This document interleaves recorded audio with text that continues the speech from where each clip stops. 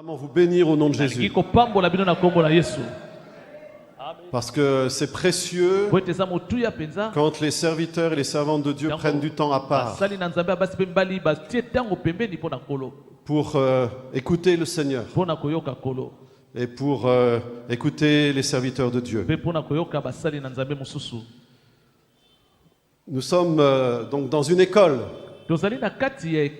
Donc nous voulons apprendre. Amen. Amen. Est-ce que tout le monde veut apprendre ici? Et nous avons tous à apprendre. Depuis quelque temps, mon message, et c'est comme si je suis obligé de revenir à ça constamment. C'est que avant même d'être des ministères, nous devons être des disciples de Jésus. Disciples de Jésus, ça veut dire qu'on suit le Maître, qu'on garde sa parole, qu'on obéit à son esprit et à ses commandements. L'Église est un carrefour. Il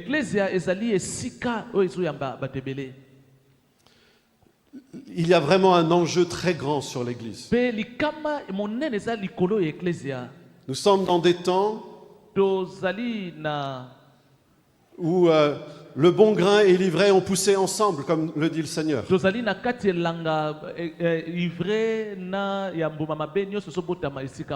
Et on commence à faire la distinction entre les deux. La graine, le fruit commence à se voir. Et il est très important que nous soyons vraiment le bon grain. Et que d'aucune manière nous puissions être mélangés avec l'ivraie dans notre propre vie, mais aussi dans l'Église. Le combat entre les ténèbres et la lumière s'intensifie. Et nous avons la responsabilité de briller dans ce monde. C'est pour cela qu'il nous faut marcher en suivant le Seigneur avec attention, en menant une vie qui l'honore, en examinant tout ce qui plaît au Seigneur, en nous détournant de tout ce qui lui déplaît, afin que la lumière en nous puisse briller comme jamais auparavant.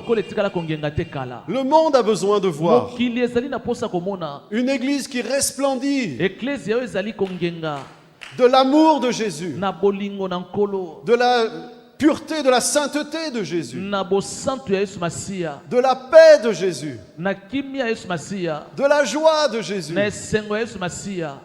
Nous avons besoin d'illuminer cela. Et en tant que ministère, notre responsabilité, c'est de conduire le peuple dans cette direction. Et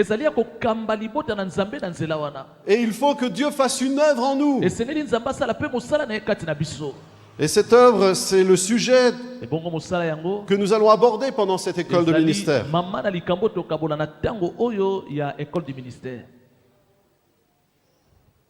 J'aimerais vous inviter à prendre la parole de Dieu dans le livre des Juges.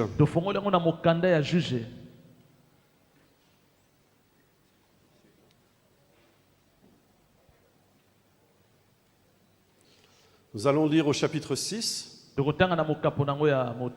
Merci. Chapitre 6. Nous allons lire à partir du verset 11. Donc, Juge, chapitre 6, à partir du verset 11. Puis l'ange de l'Éternel, puis vint l'ange de l'Éternel, et il s'assit sous le térébinthe d'Ophra. qui appartenait à Joas, de la famille d'Abiézer. On continue en français? Okay. Est-ce que vous avez votre Bible? Vous avez votre Bible avec vous? C'est important d'avoir la Bible devant soi. Ok. Gédéon, son fils, battait du froment au pressoir pour le mettre à l'abri de Madian. L'ange de l'Éternel lui apparut et lui dit: l'Éternel est avec toi, vaillant héros. Gédéon lui dit: ah mon Seigneur, si l'Éternel est avec nous, pourquoi toutes ces choses nous sont-elles arrivées? Et où sont tous ces prodiges que nos pères nous racontent quand ils disent: l'Éternel ne nous a-t-il pas fait monter hors d'Égypte? Maintenant l'Éternel nous abandonne et il nous livre entre les mains de Madian. L'Éternel se tourna vers lui et dit: va avec cette force que tu as et délivre Israël de la main de Madian. N'est-ce pas moi qui t'envoie? Gédéon lui dit: ah mon Seigneur, avec quoi délivrerai-je Israël? Voici, ma famille est la plus pauvre en Manassé, et je suis le plus petit dans la maison de mon père. L'Éternel lui dit: mais je serai avec toi, et tu battras Madian comme un seul homme. Gédéon lui dit: si j'ai trouvé grâce à tes yeux, donne-moi un signe pour montrer que c'est toi qui me parles. Ne t'éloigne point d'ici jusqu'à ce que je revienne auprès de toi, que j'apporte mon offrande et que je la dépose devant toi. Et l'Éternel dit: je resterai jusqu'à ce que tu reviennes.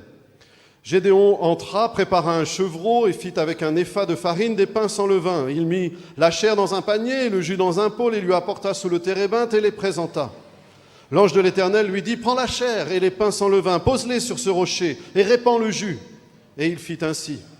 L'ange de l'Éternel avança l'extrémité du bâton qu'il avait à la main et toucha la chair et les pains sans levain. Alors il s'éleva du rocher un feu qui consuma la chair et les pains sans levain. Et l'ange de l'Éternel disparut à ses yeux. Gédéon, voyant que c'était l'ange de l'Éternel, dit: malheur à moi, Seigneur Éternel, car j'ai vu l'ange de l'Éternel face à face. Et l'Éternel lui dit: sois en paix. Ne crains point, tu ne mourras pas. Gédéon bâtit là un autel à l'Éternel et lui donna pour nom l'Éternel paix, ou l'Éternel ma paix. Il existe encore aujourd'hui à Ophra qui appartenait à la famille d'Abiézer. Amen. Amen. Le peuple d'Israël s'était détourné de Dieu et s'était livré aux idoles. Aussi bien, on ne pouvait plus faire la différence entre le peuple de Dieu et les nations païennes.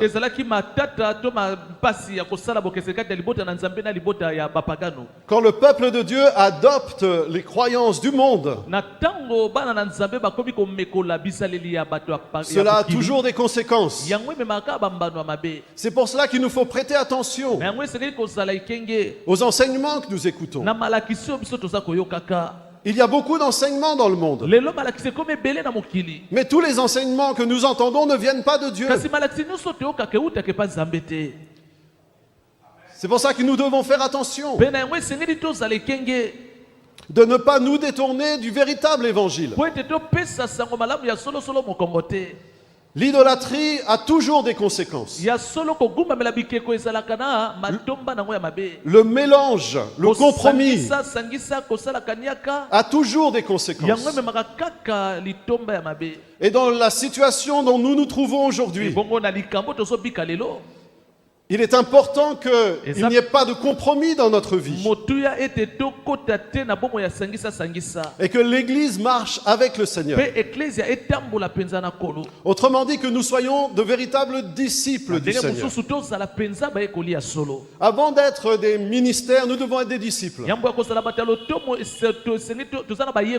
Je ne sais pas comment c'est chez vous, mais chez nous, des fois il y a des personnes qui veulent être dans le ministère sans être oui, la chute est pas loin quand il va être dans le ministère sans être même avant cela des disciples de Jésus. Et même une fois qu'on est dans le ministère, que Dieu nous a appelés, l'appel à être un disciple n'est pas fini. Nous sommes appelés à être des disciples. C'est notre premier appel. Avant d'être des pasteurs des ministères, avant d'être des prophètes, des évangélistes, des enseignants, des pasteurs, nous devons être des disciples de Jésus. Amen. C'est-à-dire que dans notre vie personnelle, nous devons suivre Jésus en lui obéissant, en prenant chaque jour notre croix, en renonçant à nous-mêmes pour le suivre, en gardant sa parole, en gardant ses commandements. C'est notre relation avec le Seigneur Jésus qui est le plus important. Nous sommes dans le ministère par procuration. Nous avons un mandat. Nous ne sommes pas simplement des ministères. Nous sommes mandatés par le Seigneur. Amen. Nous ne pouvons pas faire ce que nous voulons. Mais nous devons faire ce qu'il veut. Et chaque fois qu'il y a un mélange dans notre vie ou dans l'église entre ce que le Seigneur veut et les choses qu'il ne veut pas, ça a des conséquences. Et pour le peuple d'Israël, les conséquences ont été graves. Parce qu'ils ont perdu la protection de Dieu. Et le peuple de Madian, des ennemis, ont commencé à avoir le dessus sur eux. Et l'ennemi, ce qui est pour nous une image de l'ennemi, du diable, de l'adversaire, est capable de leur voler tout ce qu'ils ont. Alors nous devons dire, nous n'allons plus laisser le diable nous voler quoi que ce soit. Amen. Est-ce qu'on peut le dire? Nous n'allons plus laisser le diable nous voler quoi que ce soit. Nous n'allons plus laisser le diable nous voler.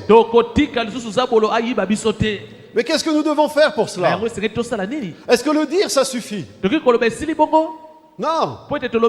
Ça veut dire que notre vie doit refléter la volonté de Jésus. Amen. Dans des choix très pratiques, très concrets. Dans notre manière de vivre. Et cela est important. L'Église grandit pas avec le nombre. On peut avoir des foules, mais pas avoir l'église. Il y a une différence entre la foule et l'église. Amen. Parce que l'église est composée de disciples. Quand je lis dans le Nouveau Testament, je ne vois pas de distinction entre simples croyants et disciples. Dans notre manière de vivre le christianisme, des fois nous avons fait une différence. Nous avons dit, il y a les simples croyants qui viennent le dimanche, qui sont bien gentils, à qui on ne demande pas grand chose, qu'ils soient là à l'église, qu'ils donnent leur dîme. Et puis il y a les disciples. Mais quand je lis le Nouveau Testament, je ne vois pas cette distinction. En fait, l'Église est composée de disciples.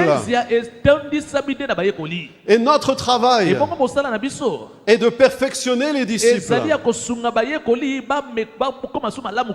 Notre travail, c'est d'accompagner des gens pour qu'ils marchent sur le chemin du Seigneur Jésus. Mais si nous marchons sur un autre chemin, si nous ne marchons pas sur le chemin du Seigneur Jésus, où est-ce que nous allons emmener l'Église? Pas sur le chemin de Jésus, mais sur un autre chemin. Donc chaque fois qu'il y a des compromis dans notre vie, en tant que servante, en tant que serviteur de Dieu, cela affecte l'Église. Et c'est grave. Parce que l'apôtre Paul dit aux anciens d'Éphèse que le Seigneur Jésus a donné son sang, a versé son sang pour cette Église. Il s'est acquis l'Église au prix de son sang.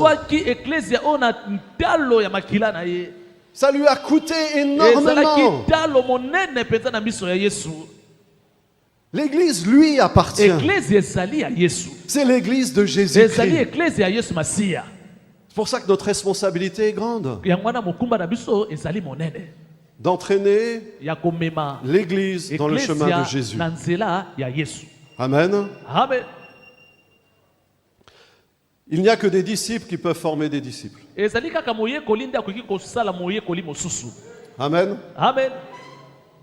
Donc, soyons des disciples pour former des disciples. Quand l'ennemi, quand l'adversaire commence à prendre le dessus sur eux, ça a des conséquences. Cela les conduit dans la pauvreté.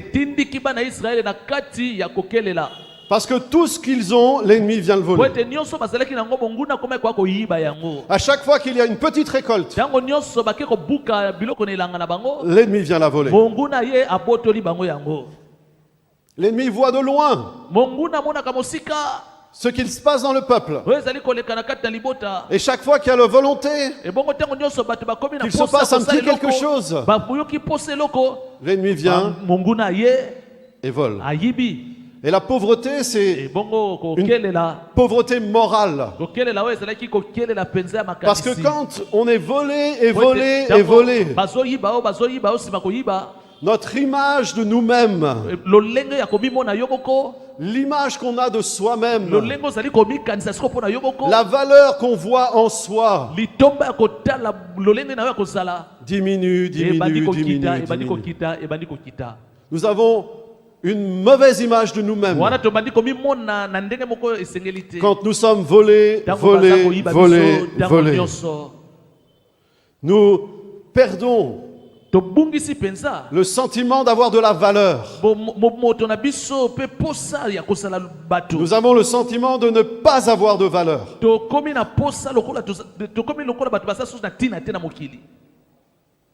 Et ça, c'est dans plusieurs endroits. La situation de l'Église. Ou même les serviteurs de Dieu ont une mauvaise image d'eux-mêmes. Ils n'arrivent pas à se projeter dans ce que Dieu veut faire. Ils sont limités. Pourquoi? Parce qu'ils veulent protéger le peu qu'ils ont. Et c'est un drame quand les pasteurs veulent simplement protéger ce qu'ils ont. Cela crée de la compétition. Cela crée de la jalousie. Cela crée de la compétition entre serviteurs de Dieu. Parce qu'on veut protéger ce qu'on a. D'où est-ce que cela vient? C'est que dans notre cœur, nous avons une mauvaise image de nous-mêmes. Si nous avons une bonne image de nous-mêmes, nous pouvons être nous-mêmes sans avoir peur des autres. Je peux aller là où le Seigneur me conduit avec une pleine assurance, parce que je sais que sans le Seigneur, j'ai aucune valeur. Mais avec le Seigneur, J'ai beaucoup de valeur. Amen. Et toi aussi? Tu as beaucoup de valeur. Et nous devons sortir d'une mentalité qui nous pousse à nous dévaloriser. Et surtout les serviteurs de Dieu. Nous devons sortir de cette mentalité. En tant que serviteurs de Dieu, nous devons apprendre une chose très importante. C'est qu'avant de pouvoir nous utiliser pour faire quelque chose, Dieu va déjà construire en nous-mêmes. Il faut que Dieu travaille dans notre cœur pour pouvoir nous utiliser. Nous, en tant qu'être humain, nous voulons produire. Nous voulons avoir une plus grande église, nous voulons avoir du succès, nous voulons être connus. Mais d'abord, ce que le Seigneur cherche, d'abord je veux dire, tout ça c'est la volonté de Dieu pour vous. Dieu veut vous donner du succès. Dieu veut vous donner de la réussite. Dieu veut vous faire réussir. C'est sa promesse. Il dit, si tu médites la parole jour et nuit, tu réussiras dans toutes tes entreprises. Le psaume 1 dit, si tu médites la parole jour et nuit, tu seras comme un arbre planté près d'un cours d'eau qui donne son fruit en son temps. Tout ce qu'il fait lui réussit.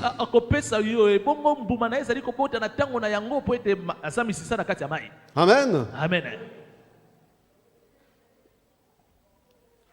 Mais avant de pouvoir produire, Dieu désire construire en nous.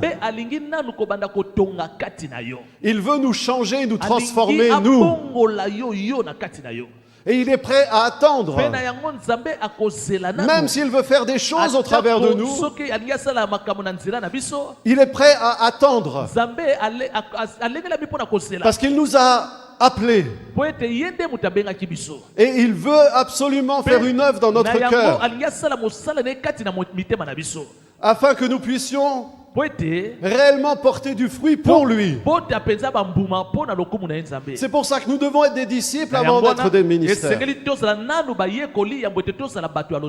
Si nous n'avons pas cette relation d'intimité avec Jésus, nous n'allons pas conduire le peuple dans cette intimité avec le Seigneur. Alors le peuple d'Israël crie à Dieu. Et si vous regardez un peu au-dessus du passage qu'on a lu au verset 6, Dieu leur envoie un prophète. Verset 6, Israël fut très malheureux à cause de Madian et les enfants d'Israël crièrent à l'Éternel. Lorsque les enfants d'Israël crièrent à l'Éternel au sujet de Madian, l'Éternel envoya un prophète aux enfants d'Israël. Et la parole du prophète, c'est: vous n'avez pas écouté ma voix.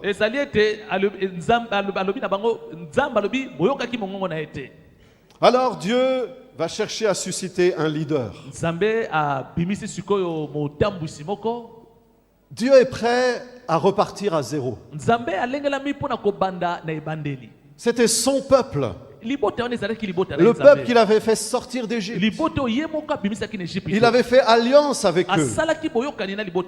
Il les aimait. Mais il est prêt à repartir à zéro avec un homme. Un homme peut changer les situations. Un homme animé d'un autre esprit peut être utilisé par Dieu. La réponse de Dieu passe par le leadership. Ça veut dire qu'il n'est pas un leader déjà constitué, mais il prend quelqu'un, et souvent il prend le plus petit. Il a pris David derrière le troupeau. Il a pris Moïse qui voulait plus rien avoir à entendre du peuple d'Israël. Et il prend Gédéon, le plus petit. Parce que ce que le Seigneur veut, c'est travailler dans notre cœur travailler en nous afin que nous puissions être utilisés par lui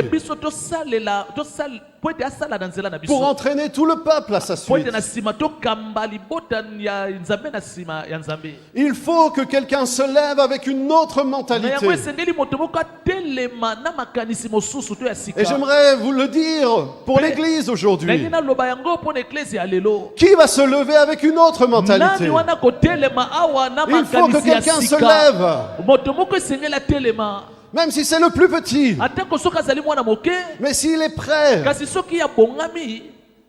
à se laisser former par Dieu, s'il est prêt à être touché par Dieu, Dieu peut faire de grandes choses avec lui.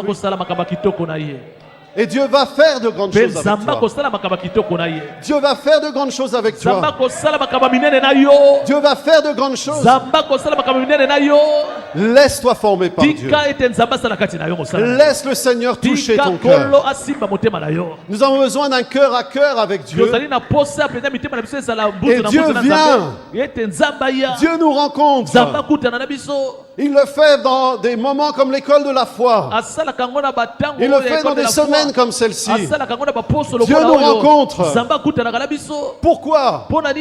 Pour que nous ayons des frissons parce que Dieu fait des grandes choses.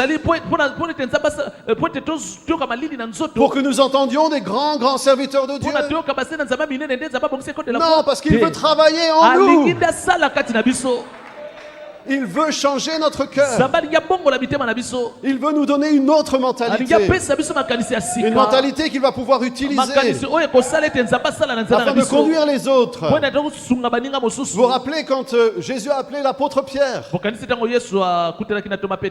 Ils étaient au bord de la mer. Jésus était sur la barque et enseignait la foule. Et une fois, Jésus savait ce qu'il allait faire. Une fois qu'il a eu fini d'enseigner la foule, il dit à Pierre, avance en eau profonde.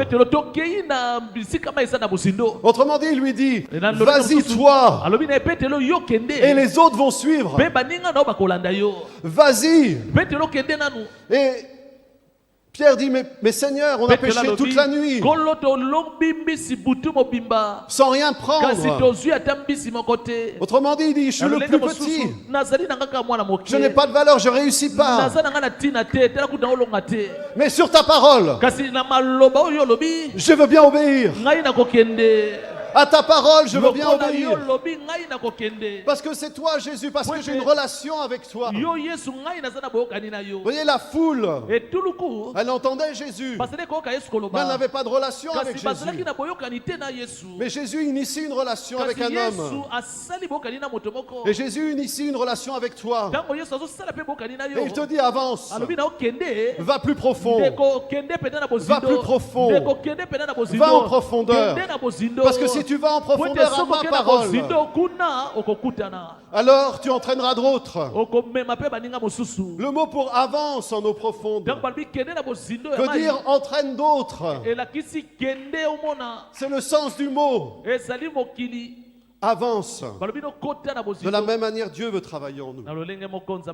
Comme il veut travailler en Gédéon. Il prend l'homme qui est en train de battre du froment dans un pressoir. C'est une image très précise. Parce que on battait le grain et normalement on fait ça à l'air libre. Parce que on bat le grain pour séparer la balle du grain. La petite enveloppe qui entoure la céréale, quand on frappe ça, le grain et l'enveloppe se séparent. Et tout ce qui est de l'enveloppe, on le met à côté. Et alors on peut utiliser le grain et le moudre, faire de la farine. Mais normalement, il faut faire ça à l'air libre. Parce que ça fait beaucoup de poussière. Mais Gédéon, lui, il s'enferme dans un pressoir. Pourquoi? Parce qu'il a un petit peu de froment. Il n'a pas beaucoup. Et il veut protéger le peu qu'il a. Parce qu'il sait que s'il fait ça en plein air, Madian va voir. Eh, quelqu'un a du grain là-bas. Je vais venir le voler. Alors il cherche à se protéger et à uniquement conserver ce qu'il a pour lui. Mais Dieu veut le conduire dans un autre chemin. Et le chemin dans lequel Dieu veut le conduire, et c'est cela que j'aimerais vous laisser ce matin, c'est le chemin de la paix. C'est le chemin du shalom. Shalom, c'est le mot paix en hébreu. Mais ça a un sens beaucoup plus large que juste la paix. Dans le shalom, c'est pour ça quand on se salue, ça veut dire plus que bonjour. Ça veut dire qu'on se souhaite quelque chose. Et le shalom, c'est la paix. Mais c'est aussi le bien-être, le bonheur intérieur, ce sentiment de plénitude, d'épanouissement, la bonne attitude envers nous-mêmes, un plein épanouissement, la paix, la joie, le bonheur, la bénédiction. En français courant, on pourrait dire c'est être bien dans ses baskets. Vous comprenez cette expression? Prenez cette expression? D'être bien dans ses baskets, bien dans ses chaussures. Bon, ça n'a pas l'air de cliquer. Hein. Vous comprenez? Okay. Ça veut dire on est à l'aise. On est libre. Il n'y a rien de perdu, rien de cassé. C'est ça que veut dire le shalom. On n'a rien perdu, on n'a rien de cassé. On est bien. Et c'est ça que Dieu veut construire dans le cœur de Gédéon. Et c'est ça que Dieu veut construire dans le cœur de ses leaders. Cette paix, cette assurance, cette plénitude, cette paix qui vient de Dieu, que le monde ne peut pas donner. La paix qui est d'être en relation et en communion avec Dieu. La paix d'être assuré que rien ne me sépare de Dieu. Jésus avait une pleine paix. Parce que rien de l'ennemi était en lui. Et il le dit. Il est dans une pleine assurance, une pleine paix. Et Dieu veut faire cela pour toi. C'est la volonté de Dieu pour toi. De te donner cette paix, cette assurance. Laissez-moi vous dire une chose. Tout ce que nous avons vient de l'intérieur. Tout ce que Dieu produit dans notre vie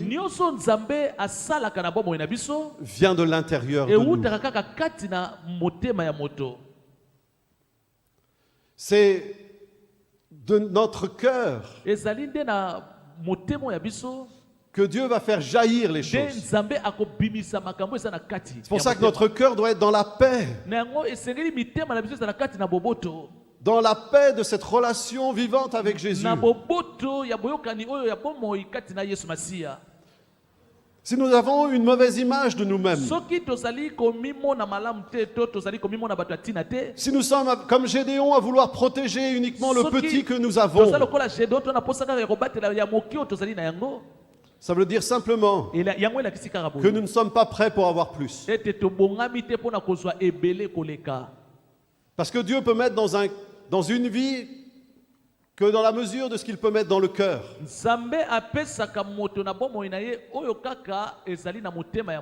Tout vient de notre cœur. Et Dieu veut travailler notre cœur afin de pouvoir nous utiliser. C'est une grande séduction de penser que Dieu puisse nous utiliser pour sa gloire si notre cœur n'est pas pur.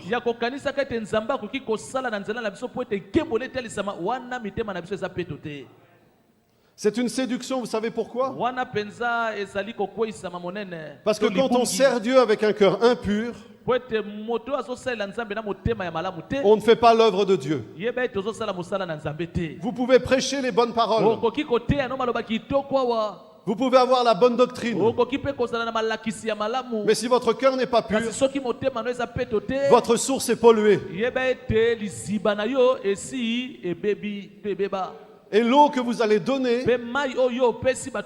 la prédication que vous allez donner, peut-être ce sera les bonnes paroles, mais l'esprit sera mélangé et vous allez contaminer le peuple.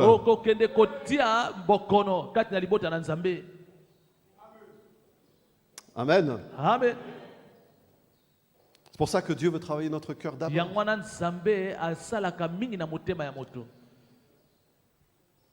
Mais Dieu n'est pas troublé par ça.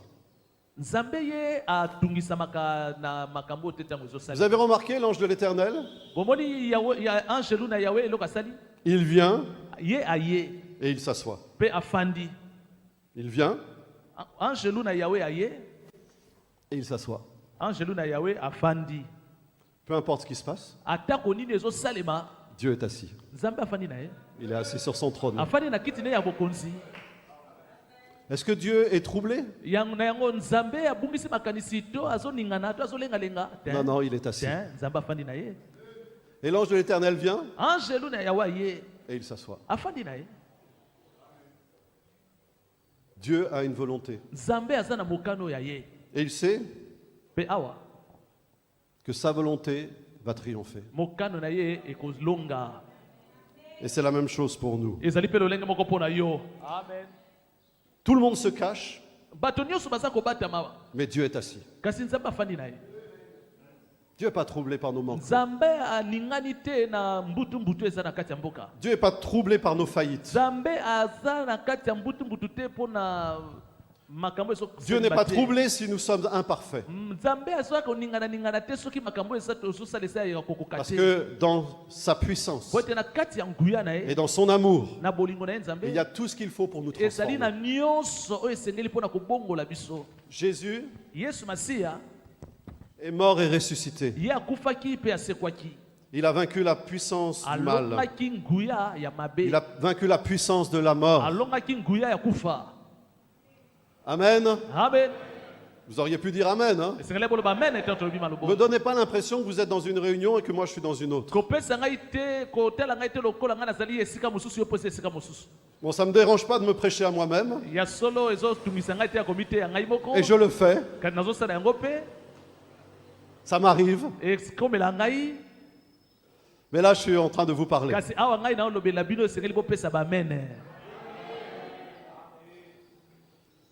Il y a trois choses que nous devons vaincre et que Dieu veut opérer dans notre cœur. C'est ce qu'il veut faire dans le cœur de Gédéon et c'est ce qu'il veut faire dans ton cœur. La première des choses, c'est vaincre le sentiment d'abandon. Vaincre le sentiment d'abandon. Gédéon dit, mais Dieu nous a abandonnés. Pourquoi Dieu nous a-t-il abandonnés? On ne peut pas servir Dieu avec le sentiment d'être abandonné par Dieu. Alors Je ne dis pas que nous confessons de notre bouche que Dieu nous a abandonnés. Nous pouvons dire le contraire. Mais dans notre cœur, nous pouvons continuer à avoir le sentiment qu'il nous manque quelque chose. Et c'est le cas de beaucoup de serviteurs de Dieu. Ils ont le sentiment qu'il leur manque toujours quelque chose. Au lieu d'avoir la foi que Dieu a fait une œuvre dans leur cœur, nous devons vaincre ce sentiment d'abandon. Ce sentiment d'abandon, c'est une arme de l'ennemi. C'est un ennemi que nous devons vaincre. Dieu ne t'a pas abandonné. Dieu sait exactement où tu es, dans quelles conditions tu es, dans quelle église tu es, dans quel pays tu es, dans quelle ville tu es. Dieu connaît tout de toi.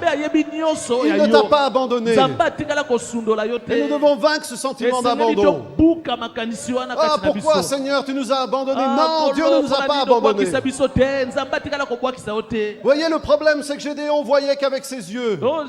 Et il ne voyait pas avec son cœur. Et il voyait la situation du pays. Il voyait la situation du peuple de Dieu. Mais il le voyait avec son cœur, il disait Dieu nous a abandonnés. Et humainement parlant, il avait peut-être raison. Mais l'ange de l'Éternel vient. De la même manière que l'ange de l'Éternel vient. Il vient pour toi. Il vient pour toi. Il vient pour toi. Pour te dire, je ne t'ai pas abandonné.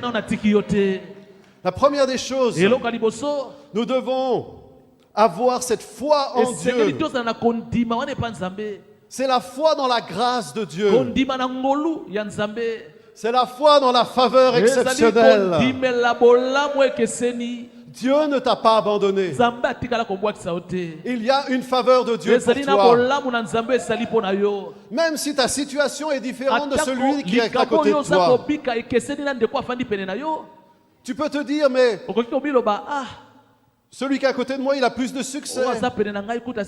Il a plus de ceci, il a plus de cela. Et moi, est-ce que Dieu m'a abandonné? On est entre nous.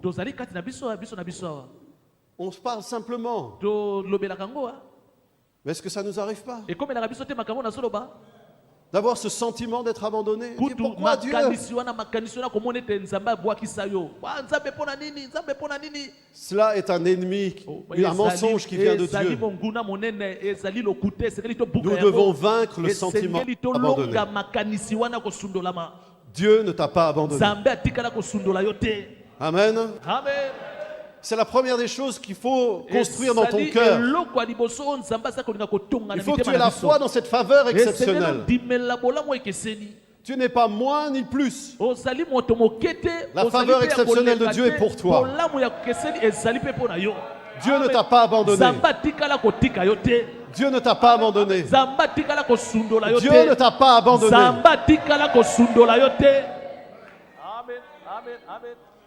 La deuxième chose qu'il nous faut vaincre, c'est l'esprit de résignation. Être résigné. Les choses seront toujours comme elles ont été. Rien ne changera. Bien sûr, nous ne le confessons pas comme ça. Parce que ça semble incrédule de dire ça. N'est-ce pas? Ça semble être incrédule de dire ça. Mais combien de fois nos actes reflètent quelque chose qui est profondément dans notre cœur, qui est résigné. Non, il y a une possibilité d'avancer. Il y a une opportunité pour grandir. Les choses vont changer. Dieu cherche un homme, une femme avec une mentalité différente, qui va changer les choses, qui va saisir que Dieu, au travers de lui, peut changer les choses. Mais pour ça, il faut vaincre la résignation. Gédéon, avant de rencontrer l'ange de l'Éternel, était résigné. Comment est-ce qu'on sait cela? Parce que le peu qu'il avait, il voulait surtout le garder pour lui. Il voulait le garder pour lui-même. Et ça me fait penser au pasteur. Avec tout le respect que j'ai pour vous, ça me fait penser aux pasteurs qui veulent garder. Ils veulent garder les quelques membres qu'ils ont.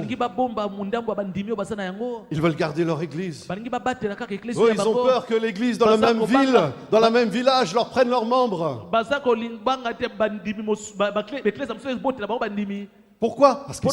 Parce qu'ils sont résignés. Ils n'ont pas une vision que ça va grandir. Quand tu es comme ça, tu es dans la crainte. Et la crainte, c'est l'ennemi de la foi. Si tu as peur de perdre, tu ne vas jamais gagner. Si tu as peur de perdre, tu ne vas jamais gagner. Amen. Amen. Nous devons sortir de cette mentalité.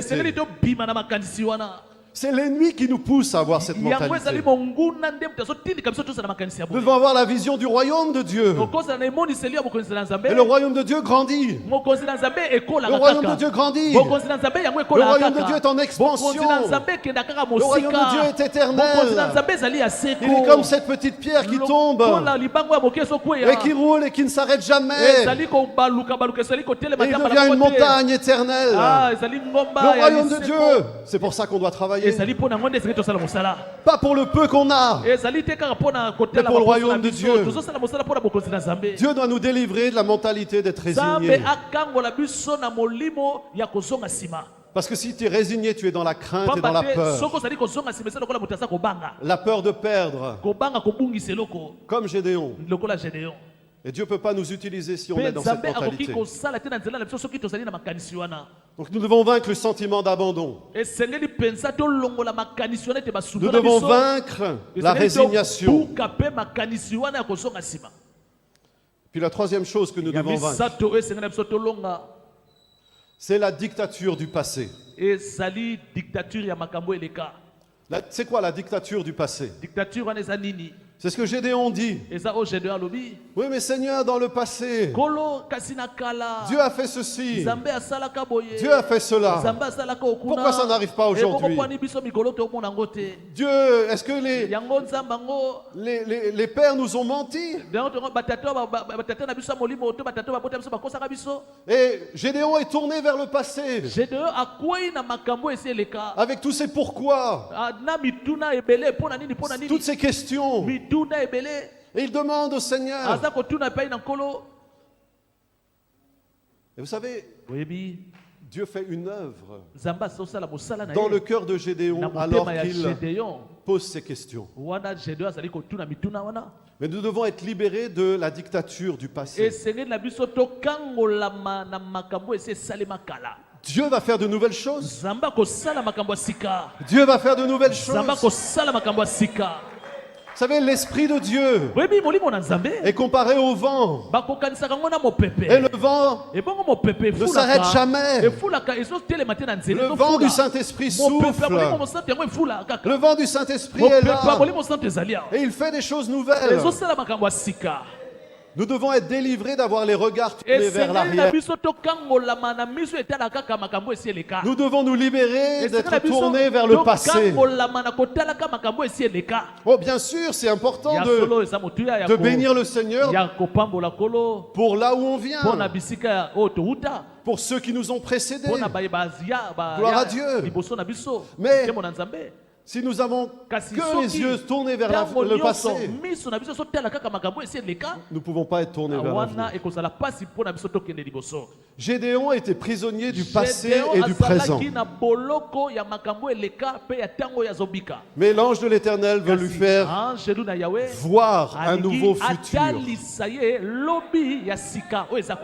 Dieu veut nous faire voir un nouveau futur. C'est ce que la Bible appelle l'espérance. Et si Dieu veut, je parlerai de ça ce soir. L'espérance, c'est la capacité de voir sa vie selon la parole de Dieu. Et on verra ça ce soir, Dieu voulant. Vaincre le sentiment d'abandon. Comment est-ce que nous allons faire ça? Comment est-ce que nous allons vaincre la résignation? Comment est-ce que nous allons vaincre la dictature du passé?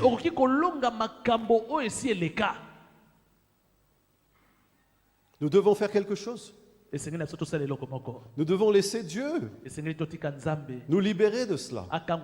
Mais en même temps, nous devons être actifs. Et nous devons laisser Dieu changer notre mentalité. Chaque fois que nous sommes résignés, chaque fois que nous nous sentons abandonnés, souvenons-nous, Dieu ne peut pas nous utiliser comme ça. Dieu va continuer à lutter contre nous afin qu'on change de mentalité. Il faut que quelqu'un se lève avec une autre mentalité. En ayant vaincu la résignation, en ayant vaincu l'abandon, en ayant vaincu la dictature du passé.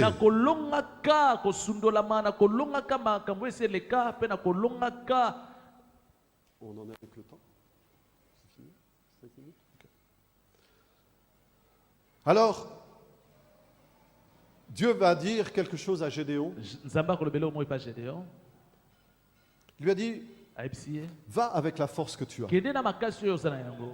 Va avec la force que tu as. Mais en réalité, Gédéon ne voyait pas sa force. Il voyait que sa faiblesse. Et il le dit. Ma famille est la plus petite. Et moi, je suis le plus petit. Pourquoi tu viens me choisir, moi? Et souvent dans les messages qu'on entend sur ce passage, nous pensons que Gédéon, tu ne devrais pas dire ça. Parce que l'Éternel est avec toi, vaillant héros. Mais en méditant sur ce passage, je pense que c'est une clé.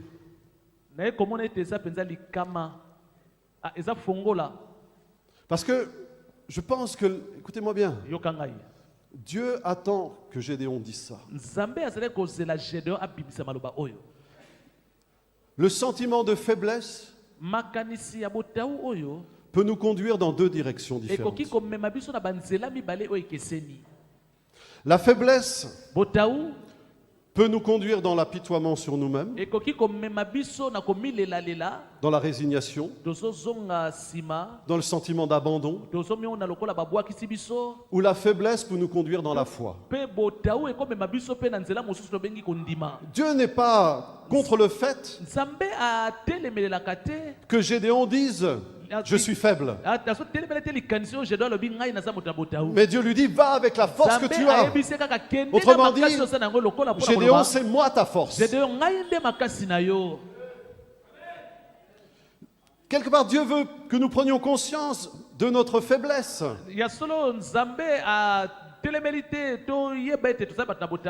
Sans Dieu, nous ne pouvons rien faire. Mais il ne faut pas que la faiblesse nous conduise à l'incrédulité. Je suis faible, donc Dieu ne va pas pouvoir m'utiliser beaucoup. Ça, c'est l'incrédulité. Mais l'ange de l'Éternel pousse Gédéon à dire une chose.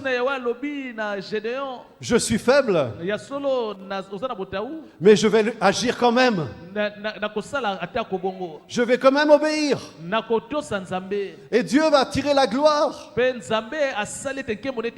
Parce que je suis faible, mais je le fais quand même. Je suis faible, mais je n'ai pas peur. Je ne suis pas centré sur moi-même. Je ne suis plus résigné. Je suis faible, mais je suis prêt à obéir. La faiblesse peut nous conduire à la foi. Et j'ai déjà donné cet exemple tout à l'heure. Quand l'apôtre Pierre a péché toute la nuit, c'était un aveu de faiblesse. Seigneur, j'ai péché toute la nuit, on n'a rien pris. Zéro. Autrement dit, Seigneur, j'y arrive pas. J'ai pas réussi.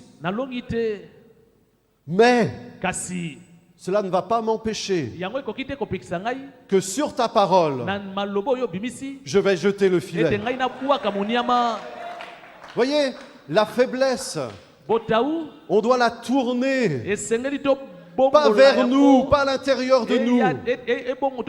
Pas pour nous pousser dans l'abandon, la résignation, l'apitoiement, le sentiment de faiblesse. Mais notre faiblesse, nous devons la tourner dans la foi. Oui, je suis faible, mais sur ta parole, je vais obéir. Un autre exemple, quand Jésus a multiplié les pains et les poissons, vous regarderez dans le texte, la Bible nous dit Jésus savait ce qu'il allait faire. Mais Jésus quand même leur pose la question,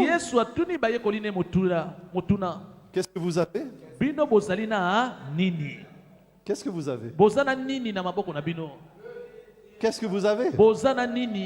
Les disciples disent quelques pains, quelques poissons. Mais si nous les donnons, si notre faiblesse, nous la donnons à Jésus, Jésus peut la multiplier.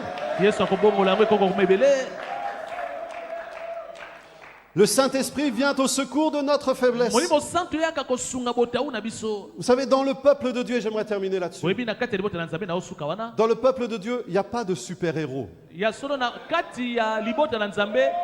pas une élite. Dans le peuple de Dieu, on doit tous être des disciples. Mais avec un seul disciple, Dieu est capable de changer une ville.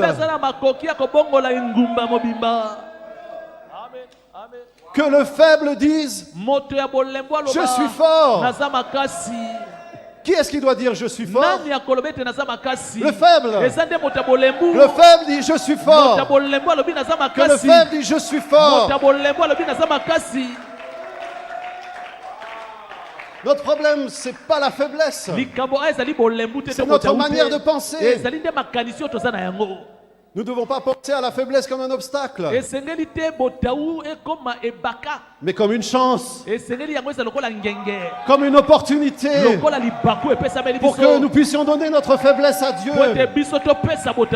Et le faible dira, je suis fort. Le faible dit, je suis fort. Le faible dit, je suis fort. Alléluia. Amen. Amen. Amen. Amen.